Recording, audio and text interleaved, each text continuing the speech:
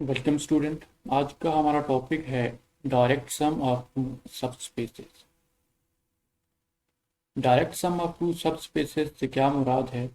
ये स्टूडेंट, हमारे पास एक वेक्टर स्पेस है वी है और W1 W2 आर सबस्पेसेस। इनके W1 W2 subspaces of vector space P है। अब हम वेक्टर स्पेस P को direct sum of W1 and W2 उस वक्त कहेंगे और हम इसके लिए नोटेशन यूज करेंगे W1 प्लस W2। और यहाँ पे ये जो प्लस का साइन है, इसके ऊपर ये सर्कल हमने यूज करना है कि डायरेक्ट सम को इंडिकेट कर रहा है। वैसे अगर ऐसे हम लिखें तो ये लीनियर सम होता है। ये नोटेशन लीनियर सम के लिए है। तो डिफरेंस रखने के लिए डायरेक्ट सम के लिए इसके ऊपर हम यहाँ पे ये सर्कल यूज करेंगे। तो इससे क्या मुराद है? ये direct sum of W1 W2, इससे मुराद वो एलिमेंट्स हैं वेक्टर स्पेस के जिनको आप इस फॉर्म में लिख सकते हैं W1 plus W2 such that W1 belongs to capital W1 and W2 belongs to capital W2। Means के हर एलिमेंट को आप as the sum of an element of W1 plus W2 लिख सकते हैं। अब स्टूडेंट, जो लीनियर सम है उसके लिए भी हमने रिलेशन इसी तरह का ही बनाया था। अब दोनों में डिफरेंस क्या है? डिफरेंस ये है कि यहाँ पे ये एक्सप्रेशन यूनिक है। अब एक्सप्रेशन यूनिक से क्या मुराद है कि अगर आपने किसी एक एलिमेंट को इस फॉर्म में लिख दिया W1 प्लस W2, अब वो एलिमेंट W1 और W2 के अलावा और कोई से भी दो एलिमेंट के कम्बिनेशन से नहीं बनेगा। तो ये डिफरेंस है कि यहाँ पे हर एक जो एक्सप्रेशन होगी वो यूनिक होगी। जो जो एलिमेंट हम वेक्टर स्पेस का लेंगे जिसको आप इस फॉर्म में लिख सकें, तो वो एलिमेंट जो आपने एक मरतबा किसी एलिमेंट को ऐसे लिख दिया, जैसे V1 is equal to W1 plus W2 and V2 is equal to से W3 प्लस W4। तो इस मुराद, अब यूनिक से ये मुराद है कि ये V1 जो है बस ये W1 और W2 से ही मिलके बनेगा। इसके अलावा इसको और कोई भी दो एलिमेंट जो है वो उनके लीनियर सम से आप उनको उसको जनरेट नहीं कर सकते। इसी तरीके से V2 को अगर आपने W3 प्लस W4 के सम में लिख दिया, तो इसके अलावा और कोई भी एलिमेंट, ऐसे कोई भी दो एलिमेंट आपको नहीं मिलेंगे जिनको आप ऐड करें तो आपको वापस V2 मिले। तो इसको हम ऐसे डिफाइन करेंगे, vector space V is said to be direct sum of its subspaces W1 and W2 if each element of V is uniquely expressible as a sum of an element of W1 and an element of W2। उनके vector space V अगर कोई vector space हो और V direct सम कहलाएगी W1 and W2 का, each element of V is expressible as sum of W1 and W2 and this expression must be unique। Unique से क्या मुराद है ये अभी हम डिस्कस कर चुके हैं कि किसी भी एलिमेंट को अगर आपने सम की फॉर्म में लिख दिया या किसी भी एलिमेंट के लिए जब आपने एक रिलेशन फाइंड कर लिया, तो उसके अलावा और कोई एलिमेंट जो है और कोई से भी दो एलिमेंट जो है उस एलिमेंट को वापस फाइंड नहीं कर सकते। अब स्टूडेंट, यहाँ पे एक एग्जांपल थ्योरम हम डिस्कस करते हैं इसी से related.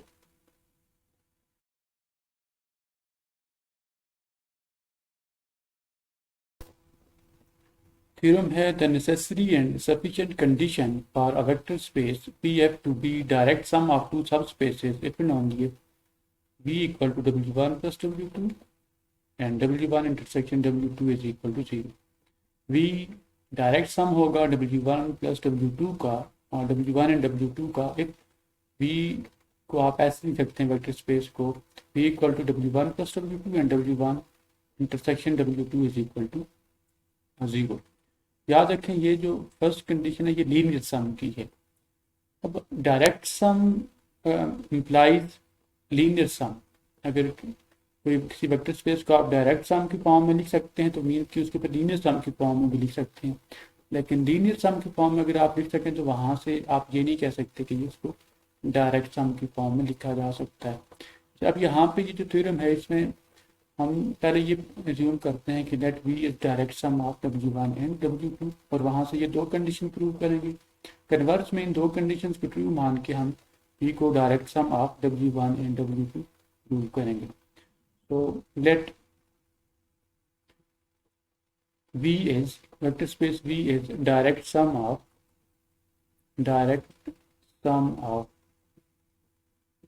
W1 and W2. That is V is equal to W1 plus W2 और यहाँ पे इसके ऊपर ये डायरेक्ट सम के लिए हम यूज करते हैं। तो मीन के V is direct sum of W1 and W2। अब हमने ये दो कंडीशंस प्रूव करनी है।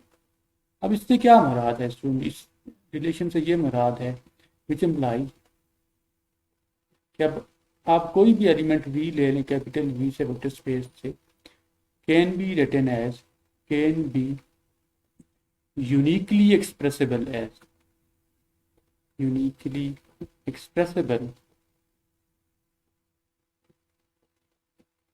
expressible as sum of an element of W1 and an element of W2 and an element of W2। That is कि आप V के हर एलिमेंट को V is equal to W1 plus W2 इस form में लिख सकते हैं, such that W1 belongs to W1 capital W1 and W2 belongs to capital W2। और ये जो हर एक एक्सप्रेशन है ये यूनिक भी होगी। तो यहाँ से हम ऐसे भी तो लिख सकते हैं क्योंकि डायरेक्ट सम है तो उसमें ये कंडीशन होगी कि हर एलिमेंट को आप इस फॉर्म में लिख सकते हैं और साथ में एक्स्ट्रा कंडीशन ये है कि हर एक एक्सप्रेशन यूनिक भी होगी। So we can write as V is direct sum of W1 W2 and क्योंकि direct sum implies linear sum तो यहाँ से हम ऐसे लिख सकते हैं कि इम्प्लाइज या इन पार्टिकुलर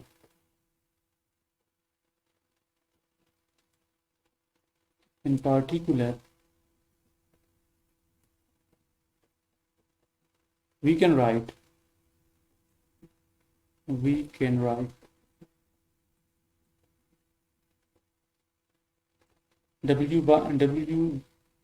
इक्वल टू, हम ऐसे भी तो लिख सकते हैं V is equal to W1 plus W2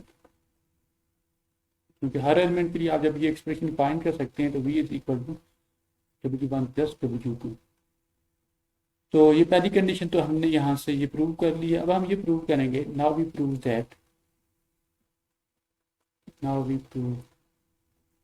that W1 intersection W2 is equal to 0।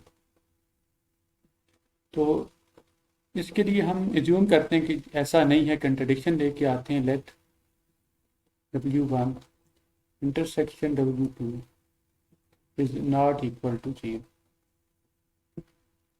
And एक एलिमेंट ले लेते हैं x जो कि W1 इंटरसेक्शन W2 को बिलोंग करता है, सच दैट हमने एक एलिमेंट ले लिया है x जो कि हम W1 W2 को बिलोंग करता है और ये नॉट इक्वल टू 0 भी है।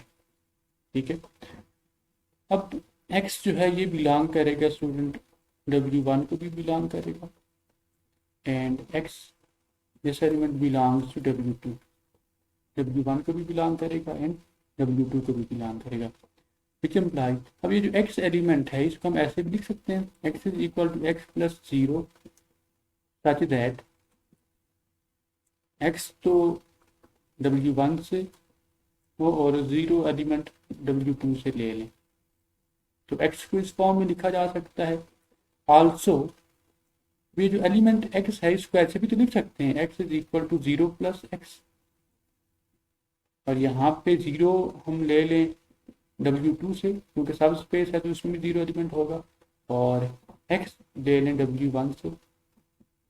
यहाँ पे ऊपर हमने x W1 से लिया, 0 W2 से लिया, यहाँ पे 0 W2 से लिया और x W1 से लिया। अब स्टूडेंट हमने यहाँ पे एक एलिमेंट को हमने इस फॉर्म में लिख लिया कि x जो है ये x प्लस 0 भी की फॉर्म में लिख लिया और x is equal to 0 plus x. Means के एक एलिमेंट की हमने यहाँ पे दो एक्सप्रेशन बना ली हैं। अब इससे ये मुराद है कि एक नॉन जीरो एलिमेंट को आप as a sum of two element लिख सकते हैं। This shows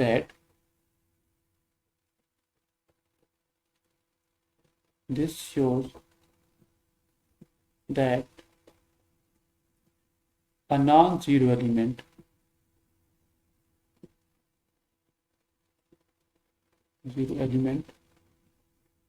of V, vector space V, can be written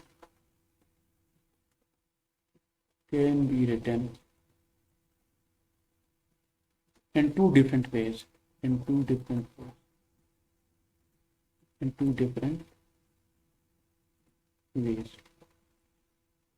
यही तो कंट्राडिक्शन है। कंट्राडिक्शन इसलिए है कि हमने तो ये कहा है कि V is direct sum of W1 and W2, means कि एक ही एलिमेंट की एक ही एक्सप्रेशन होगी। फिर यहाँ पे हम एक एलिमेंट लेते हैं x V से, तो उसको हमने दो उसकी एक्सप्रेशन बना दी, x प्लस 0 0 प्लस एक्स, और यही कंट्राडिक्शन है, विच इज कंट्राडिक्शन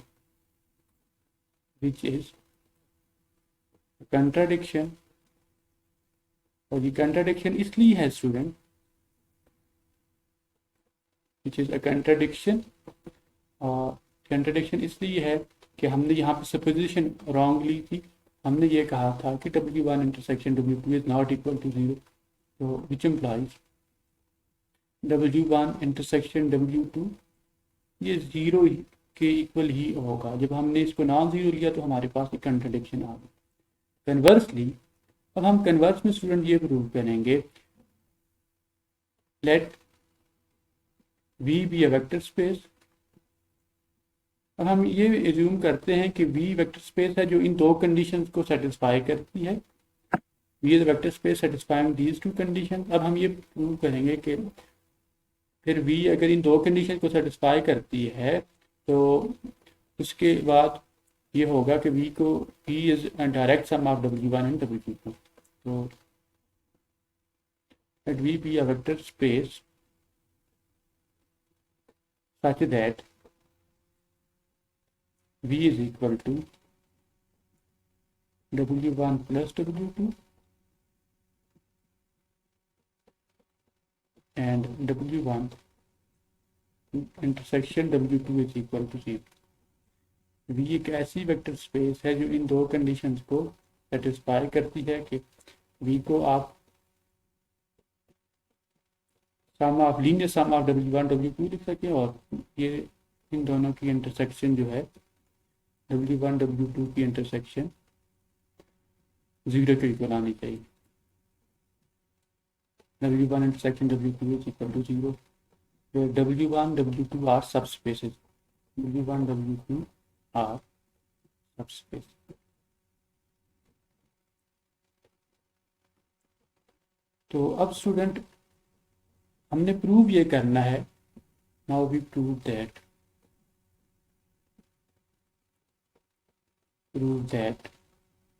प्रूव हमने ये करना है कि ये जो एक्सप्रेशन 1 है ये यूनिक है। यूनिक से ये मुराद है कि V is equal to W1 plus W2। V is direct sum of W1 and W2। ये अब हमने प्रूव करना है, तो उसके लिए हमने ये प्रूव करना है। अब इसमें और कंडीशन 1 में और इसमें सिर्फ ये डिफरेंस है, ये जो है ये लीनियर सम है, यहाँ पे यूनिक की कंडीशन नहीं होती। यहाँ पे हमने ये प्रूव करना है कि V के हर एलिमेंट के लिए एक यूनिक एक्सप्रेशन बनेगी। तो उसके लिए हम एज्यूम करते हैं कि ऐसा नहीं है। एक एलिमेंट देते हैं, let an element V belongs to V such that, हम ऐसा करते हैं कि ये जो एलिमेंट V है इसको हम W1 प्लस W2 इस फॉर्म में भी लिख देते हैं, and V is equal to W1 prime plus W2 prime, means कि एक एलिमेंट की हमने दो एक्सप्रेशन ले ली हैं। तो स्टूडेंट जब हम यूनिक के लिए अब हमने ये प्रूव करना है, वैसे यहाँ पे ये जो W1 और W1 प्राइम ये कहाँ से होंगे, ये W1 स्पेस से होंगे, and W2 small W2 prime belongs to subspace W2। अब स्टूडेंट अगर हम ये प्रूव कर लेते हैं कि जो हमने एक एलिमेंट की दो एक्सप्रेशन दी है, अगर हम ये प्रूव कर लें कि ये W1 प्राइम के इक्वल है और W2 प्राइम के इक्वल है, तो हमारा रिजल्ट जो है वो कंप्लीट हो जाता है, मीन्स कि हमारा रिजल्ट जो है वो प्रूव हो जाएगा। अब ये एक एलिमेंट V जो है उसकी हमने ये दो एक्सप्रेशन दी हैं। नाउ ये एक ही एलिमेंट की दो एक्सप्रेशन है, तो यहाँ से हम ऐसे लिख सकते हैं W1 plus W2 is equal to W1 prime plus W2 prime. ऐसा हम इसलिए लिख सकते हैं स्टूडेंट कि ये एक ही एलिमेंट है, ये भी B के इक्वल है, ये भी B के इक्वल है। तो यहाँ से हम ऐसे लिख सकते हैं which implies W1 minus W1 prime this is equal to W2 prime minus W2। अब स्टूडेंट क्योंकि W1 सेंस W1 प्राइम ये दो एलिमेंट कहाँ से हैं, ये W1 से हैं, एंड W1 इज अ सब स्पेस।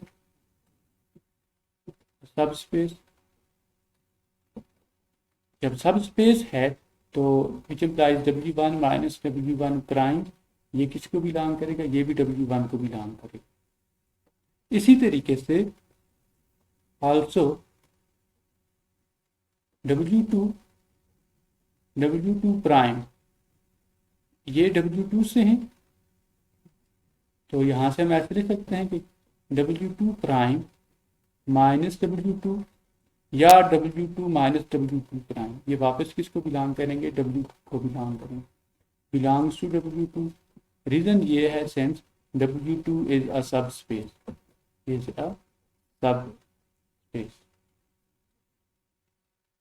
अब स्टूडेंट हमने ये कहा कि W1 माइनस W प्राइम ये भी W1 को बिलोंग कर रहा है, W2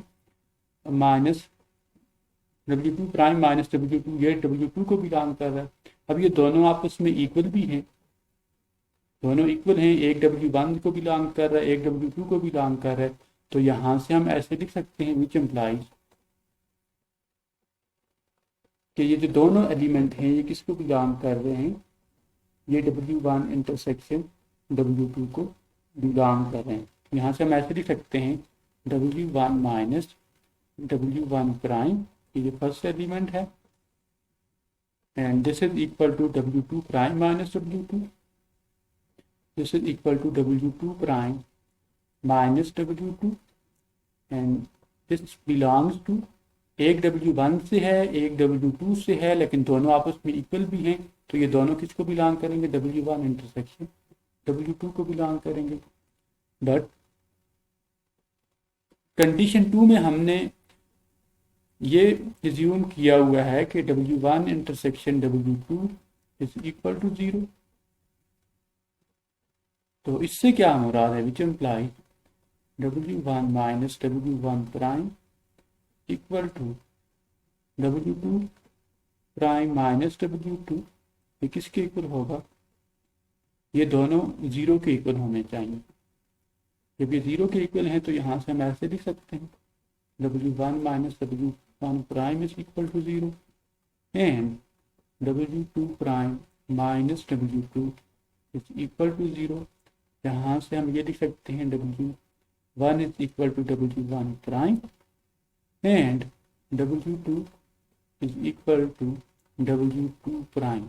तो स्टूडेंट जो हमने एक एलिमेंट की हमने दो एक्सप्रेशन ली थी कि एक एलिमेंट को आप W1 प्लस W2 और W1 prime plus W2 prime लिख सकते हैं, तो ये एक्सप्रेशन जो है ये यूनिक है। तो यहाँ से हम ऐसे लिख सकते हैं thus the expression of V as a sum of element of W1 and W2 is unique.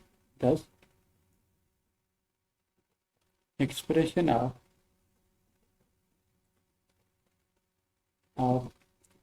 V belongs to V as sum of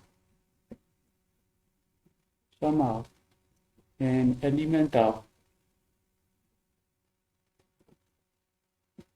W1 and W2 is unique, which implies vector space V is direct sum of W1 and W2. तो direct sum के लिए expression हर element की unique होनी चाहिए. This completes the proof of this.